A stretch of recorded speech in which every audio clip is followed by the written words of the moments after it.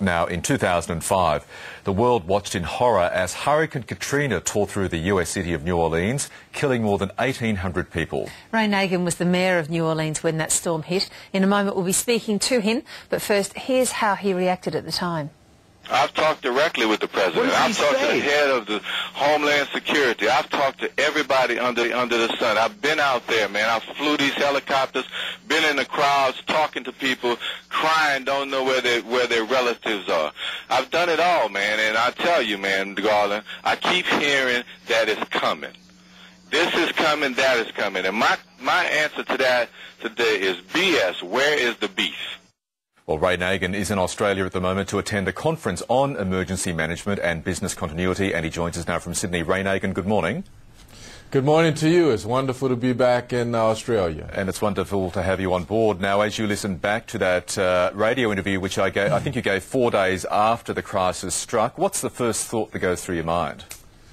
Well, the first thought that goes through my mind is I'm still amazed that that actually happened in the United States, a country that has so many resources, and for some reason Hurricane Katrina overwhelmed not only local government but the state and the federal government. So I've been going all around the world talking about my experience, and hopefully we won't ever see another Katrina-like event ever in our lifetime. Now, you've written a book just out on what happened during those dark days. You point the finger of blame in various directions, including at the US President George W. Bush, but you also say you could have done things a whole lot better as the mayor directly in the city. Like what, for instance? Well, you know, Katrina was a historic, catastrophic event, so no one had ever gone through anything like that. So obviously we all made mistakes. One of the things that I think about a lot is, could I have called for a mandatory evacuation a little bit earlier? I had about a 10-hour window. It was overnight, so I'm not sure it would have made a difference. But as the leader of that city, it was the first time we ever called a mandatory evacuation in over 300 years, almost 300 years in New Orleans. So I think about that. Would that have made a difference? Would it have saved any lives? How damaging was it that there weren't clear lines of authority at the time the hurricane and subsequent flood hit? Well, the lines of authority were an issue. One of the things that was happening is our president and our governor, they were on opposite ends of the political spectrum. One was a Republican, one was a Democrat, and they were tussling over control of the resources and the recovery dollars that were coming later. So the lack of a clear line of authority really hampered and delayed the rescue missions, and that's one of the things I talk about a lot in my book.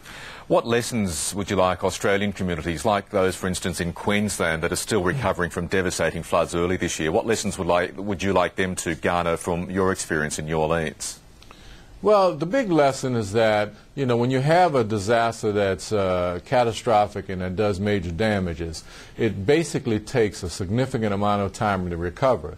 History teaches us that it takes 10 to 15 years. I know most people don't like to hear that, but if you look at Kobe, Japan, you look at Watts in Los Angeles, and then you look at the 9/11 site in New York, it takes quite a bit of time. So patience is very important, and make sure that whatever you're doing, you're rebuilding better and stronger than ever before. Well, 6 years on, where is the recovery at in New Orleans?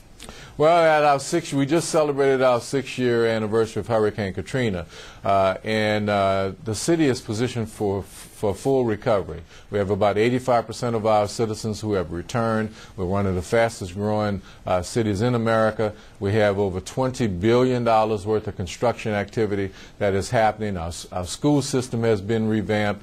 We have brand new medical complexes that are under construction. So there's lots of activity in New Orleans, but we still have a long way to go, but we're well positioned for full recovery. In the months after the hurricane hit, Ray Nagin, you gave that famous speech where you talked about New Orleans always being a quote-unquote chocolate city. Now, you've written subsequently of your concerns that a lot of black Americans faced a lot of hurdles in coming back to some neighbourhoods of that city. How big a problem has that been? Well, the reason why I made that speech was because there was lots of talk from some of the business community and from some of the elites, if you will, in our city, who were basically espousing a theory of socially re-engineering the city and for us to not allow people to come back. I categorically rejected that. They were primarily talking about places where African Americans lived, and I basically said that everyone had a right to return.